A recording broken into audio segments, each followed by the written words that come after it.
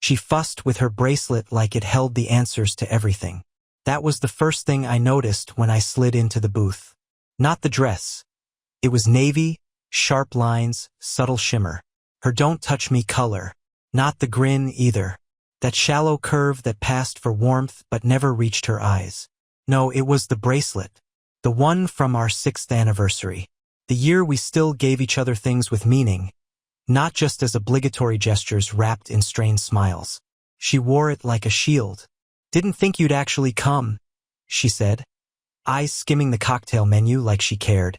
"I said I would," I replied. "You've always been dependable." Her tone tried to stay flat, but there was that familiar edge, half compliment, half gut punch. The server came by then, early 20s, crisp shirt, reciting specials like he rehearsed them in front of a mirror. She ordered something top shelf. I didn't argue. What was the point? The place hadn't changed. Dim lights, soft music, that expensive quiet that makes people feel like they're starring in the stable version of their lives. I picked it for that exact reason. Calm, controlled, a little nostalgic lie to ease the blow. We'd eaten here twice before. Once, she said the duck made her believe in joy again. The second time, she barely touched her plate and said nothing the entire ride home. This was the third, and the last. When the drinks came, she poured for both of us. No clinking, no words. Just a sip, a pause, and then finally eye contact. "I'm not going to sugarcoat it," she said. "Better to get that out of the way. I didn't expect you to. And I'm not going to lie either. You always hated that." Her voice was steady, the same tone she used in presentations. Confident, polished, rehearsed. That was always her move. Act like the decision had already been made in some faraway boardroom, not by her. I've been involved with someone else. 6 months, maybe a bit longer. I didn't track the moment it changed, it just did. I stayed quiet. She sipped again, her eyes on mine. It started emotional, if that matters. Late night talks, long texts, then, well, you know how these things go. She waited, studied my reaction like it was a diagnostic test. "You're not shocked," she finally said. "I'm not. Not mad. Not even a little." She tilted her head, a twitch of curiosity in her brow. "You always were a hard read." I gave a slow nod. "Yeah, that checks out." For a second, I thought she might leave it there. Let the silence win. But she had more to say.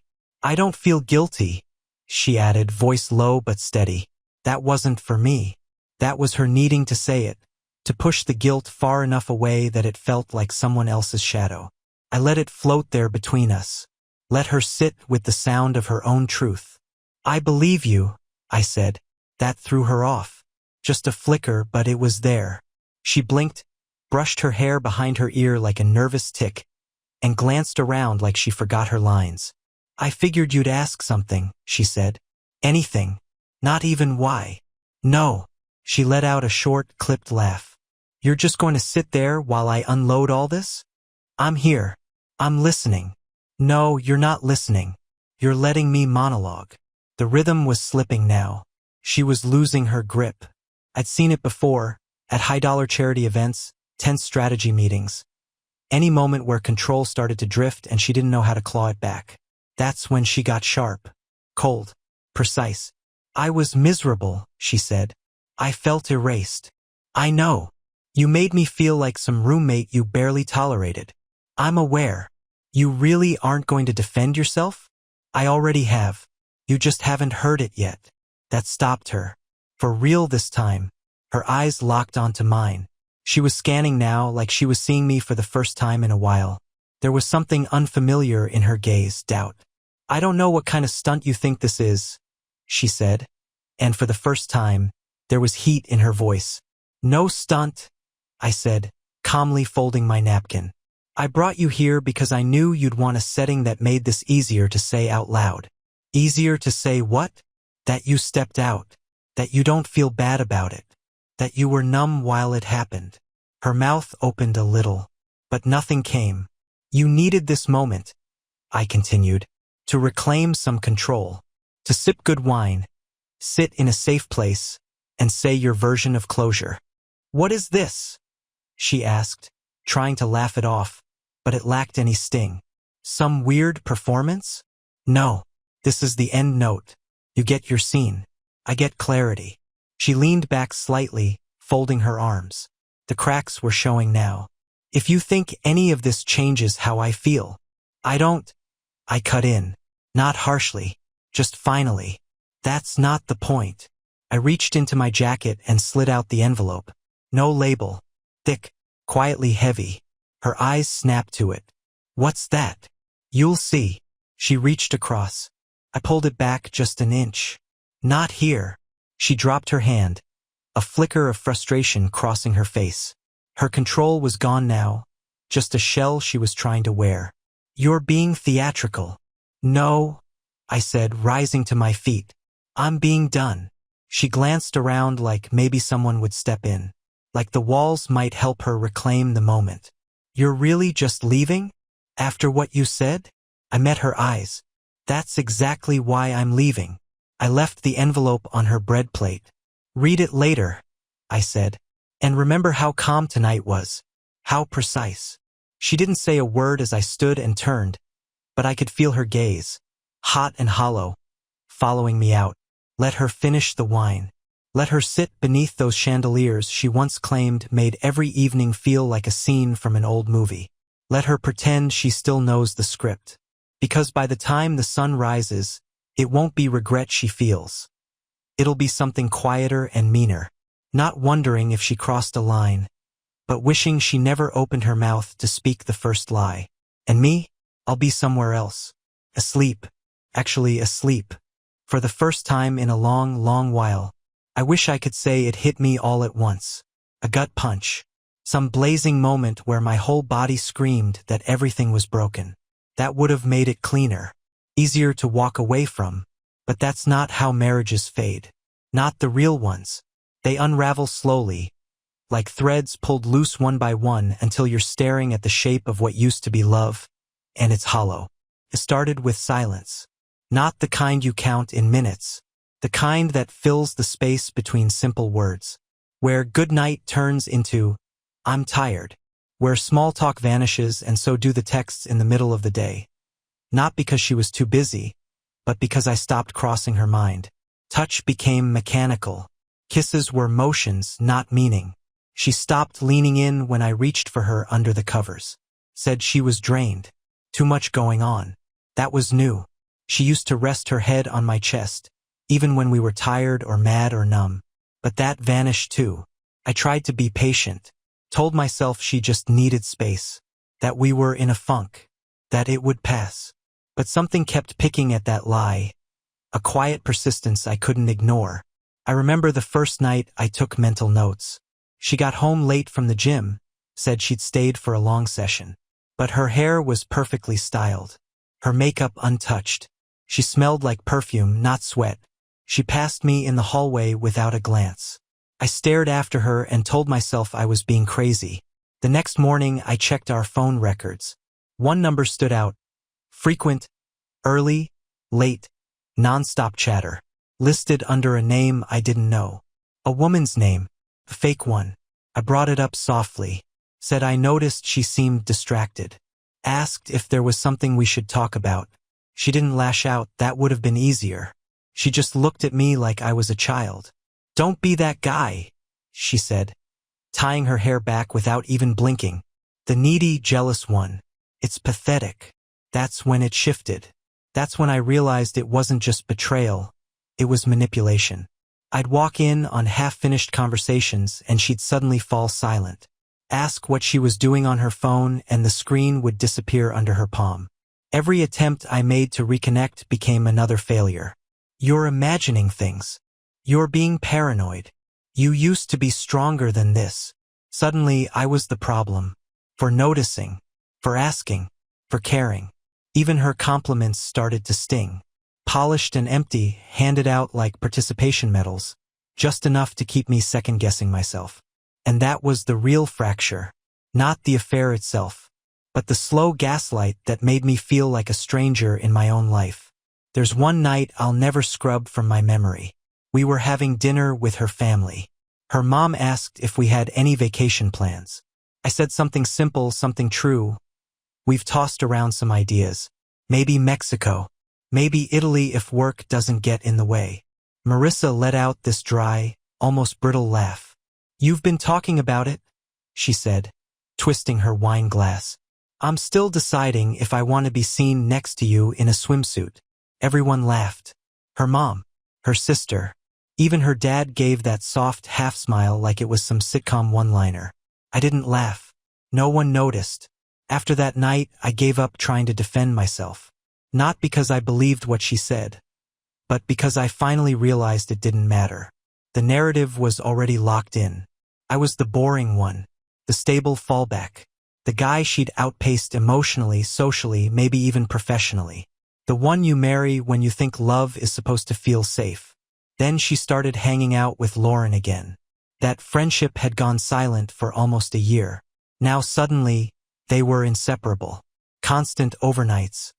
Always vague about the plans, girls' night, movie marathons, wine and catching up. I said nothing. Just listened. Not to her, but to the gaps. And then a week before her birthday, I got a phone call. From Lauren. Her voice was tight. Nervous. Hey. I know this might be crossing a line, she said. But I think you deserve to know something. She didn't spell it out. Didn't need to. Her tone did the work, thin, brittle, shaking in a way that said she was wrestling with guilt and fear at the same time. She's not who you think she is right now. I thanked her. Hung up. And for the first time in months, everything inside me went still. Like a storm had passed and I was finally standing in the silence after it. That night, I sat on the bed while Marissa finished up in the bathroom. She stepped out wrapped in a towel, looked right past me and said, "Don't wait up, okay?" I nodded.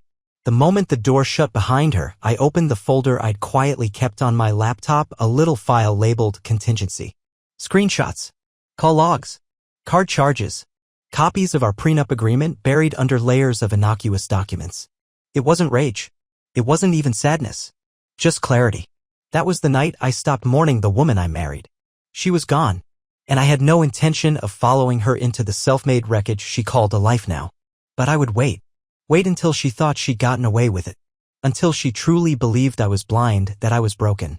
And then I'd let her see what it looks like when the man you discounted decides to stop being quiet. Because suspicion is one thing.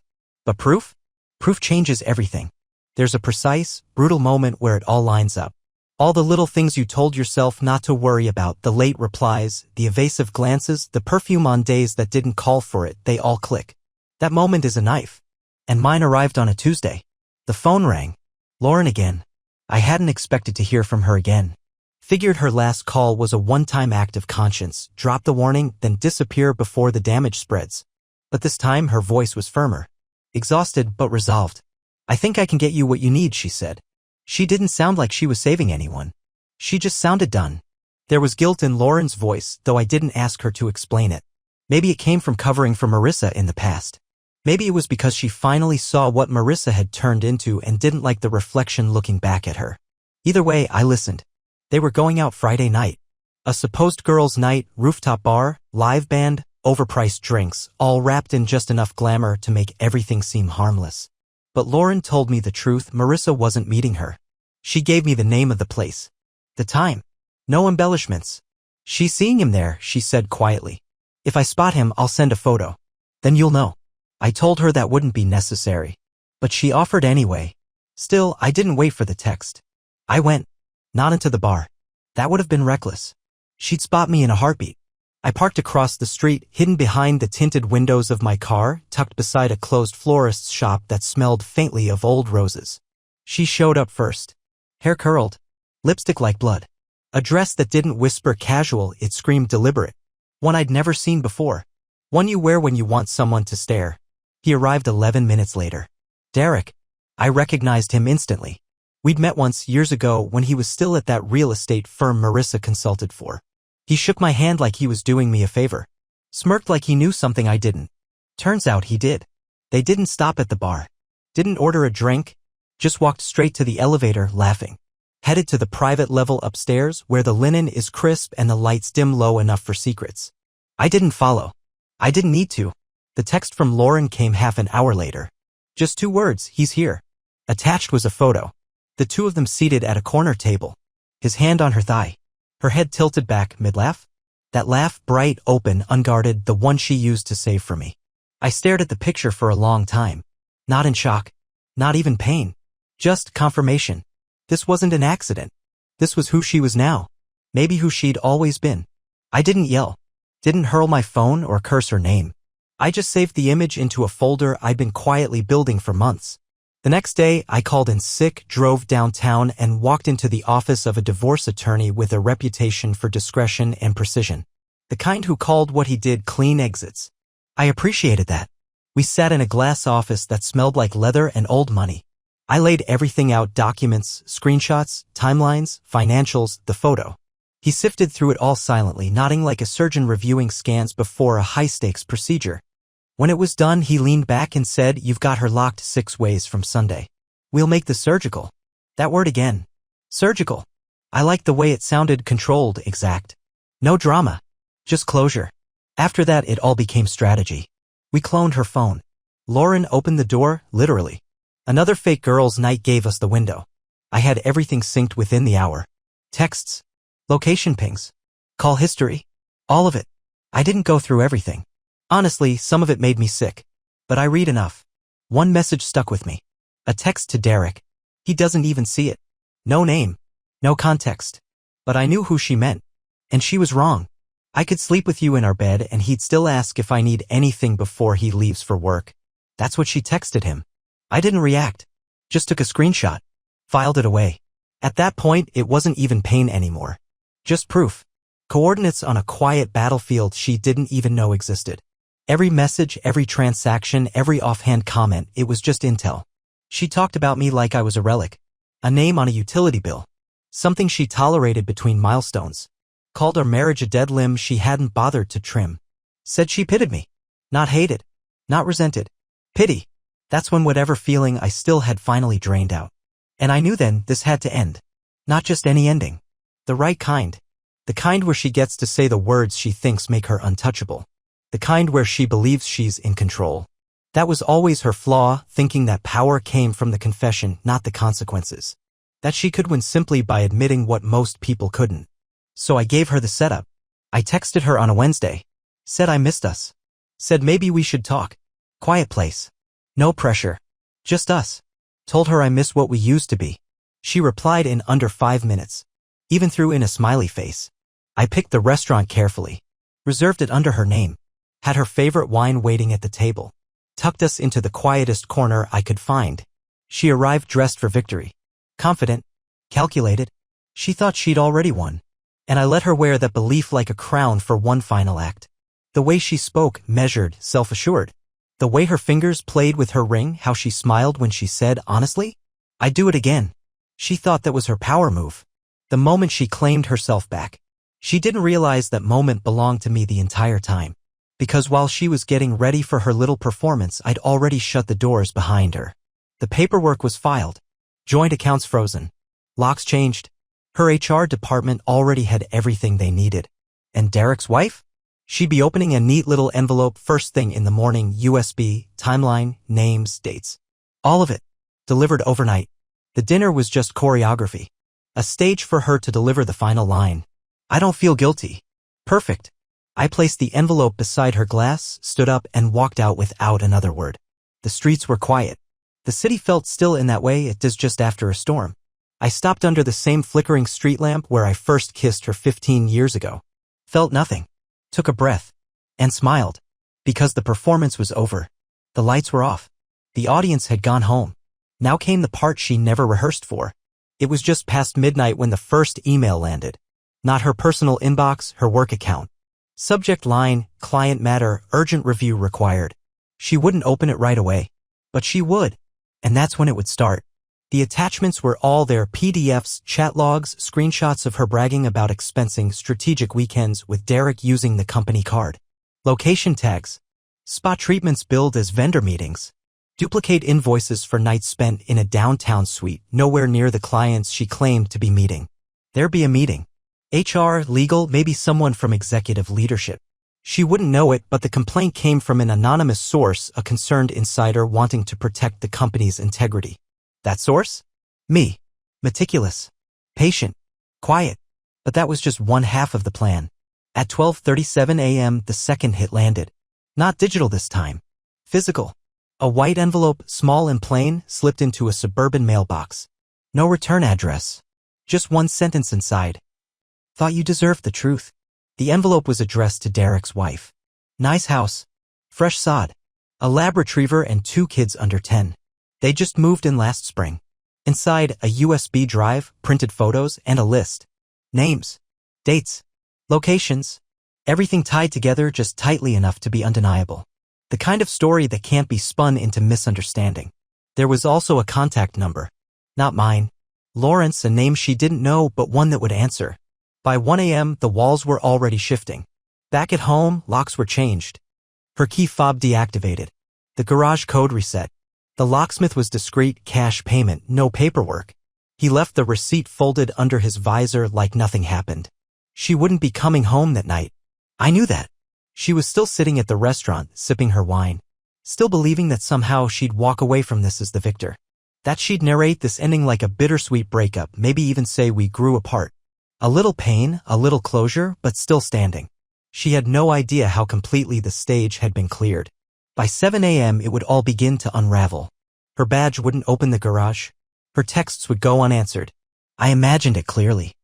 Hey, is something wrong with the door? Then a call. Straight to voicemail. No response. No explanation. Just the slow, rising realization that for once she wasn't 2 steps ahead. She was already gone. She'd try the office next. Hey, just got a weird email. Do you know anything about this? Then later, she'd swipe her card at her favorite cafe. The barista would glance at the screen, then shake her head. Declined. Because the joint accounts weren't joint anymore. Because the credit cards had been shut down. Because the car she drove, technically mine, had been picked up by a courier at 6:15 that morning and returned to the dealership with the keys inside the glove box. Meanwhile, I was downtown. In a rental apartment. Nothing fancy, just 4 walls, silence, and distance. I didn't need comfort. I needed clarity. At 11:58 p.m., the divorce filing was submitted electronically. Accompanied by an affidavit packed with enough documentation to turn any courtroom battle into a formality. Infidelity. Financial deceit. Psychological manipulation. It wasn't revenge. It was surgical. At 2:43 a.m. I was lying in bed, staring at the ceiling. No shaking hands. No bitterness. Just quiet. I didn't have to guess how she'd react. I knew. She'd lash out. Call. Demand. Try to force a confrontation. Maybe she'd drive to the house, find the locks changed, her name scrubbed clean, her boxes stored elsewhere. She'd reach out to Lauren. Try to spin it. Play victim.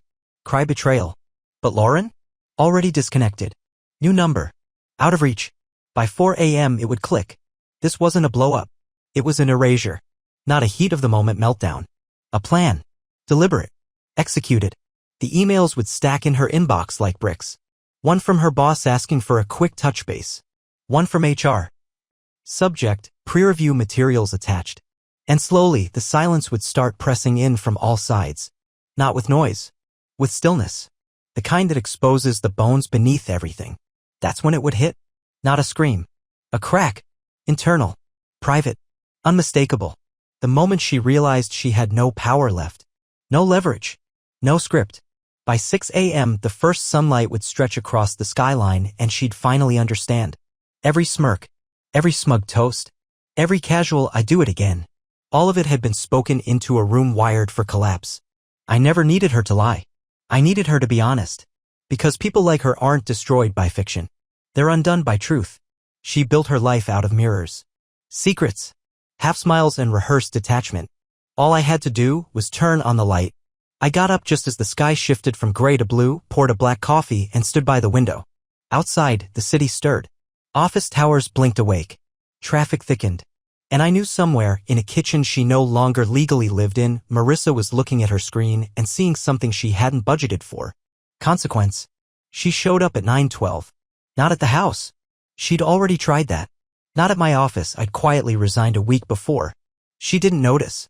Too busy juggling her parallel life to see what was crumbling in the one she was supposed to be living. She came to the rental. I heard her knock. Soft. Hesitant. The kind of knock you make when you're not sure if you still have permission. She rang the bell twice. Then waited. Then again. And then the texts. We need to talk. I don't understand what's going on. Why are you doing this? Please call me. I didn't respond. I just stood at the window, mug in hand, watching the office building across the street light up floor by floor. At 9:18, she tried calling. I declined the call after 2 rings. At 9:22, she left a voicemail. I didn't listen. By 9:30, she dropped the act. No more confusion, no more soft pleading. You can't just disappear. You owe me an explanation. You're acting like a coward. I set the phone down and walked to the kitchen. There's something freeing about not needing to answer anymore. About not having to defend yourself to the person who broke you. She didn't want the truth, she wanted a scene. Something she could point to later and say, see? Look how cold he is. Look what he did to me. She was already reaching for the next narrative. But there wasn't one left to write. When I opened the door, she was pacing the hallway. Hair brushed but wild. Makeup faded. Shirt wrinkled. Heels from the night before still on her feet. For the first time in years, she looked real. Not curated. Not composed. Just lost. She exhaled hard. Like she was trying to reset herself. I've been calling you all morning. I nodded once, stepped aside. Let her in. The apartment was spare, no pictures, no history, no warmth. Just a couch, a table, and 2 mugs. One full, one untouched. She sat without being asked.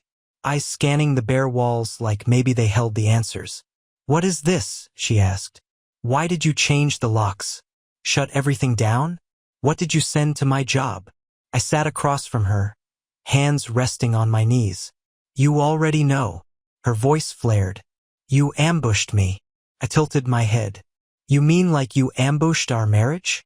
Her jaw locked. That's not fair. You blindsided me. I was honest at dinner. You should have said something then. I leaned back slightly. I gave you the whole night. The stage. The spotlight. You poured the wine. You told your truth. I just waited for the curtain to fall. Her eyes narrowed. You're acting like you're above all this. I'm not. I said calm. I'm just done. And that landed. She blinked, something shifting behind her eyes. She finally realized I wasn't there to argue. I wasn't giving her closure. I wasn't giving her anything. I don't understand how you can be so. She hesitated, looking for the word. Cold. You said you didn't feel guilty, I reminded her. I didn't mean it like that. Yes, you did. Her voice cracked, just enough to make the silence feel heavier. I made a mistake. No, I said. You made choices, over and over, deliberate ones. I was unhappy. I know. I didn't think you cared anymore. You were wrong. Her hands trembled, gripping the edge of the chair. So what now? You ruin my life and walk away. I almost smiled. No, I said. I just stopped protecting the lie you built. She looked down. That was the moment it broke. The last piece of her armor gave way. Her shoulders slumped. Her lips parted like she wanted to scream, but couldn't find the breath. Please, she whispered. We can fix this. We can't. I'll do anything. You already did, I said. And you said you'd do it again. She buried her face in her hands. I let her. No touch. No parting words. No false kindness. Just the slow unraveling of what we used to be. After a while, she stood. I'll go. I nodded. She paused at the door. Turned once more. I loved you. I believe you. Then I closed the door behind her. No slam. No echo. Just finality. I poured another coffee. Black. Still hot. From the window, I watched her cross the street. Shoulders hunched, steps slow, eyes to the pavement. She'd come to dinner believing she held the power. She left realizing she never understood me at all. Not the pushover. Not the fool. Just the man who waited and let her destroy herself. Now I had everything I needed, including peace.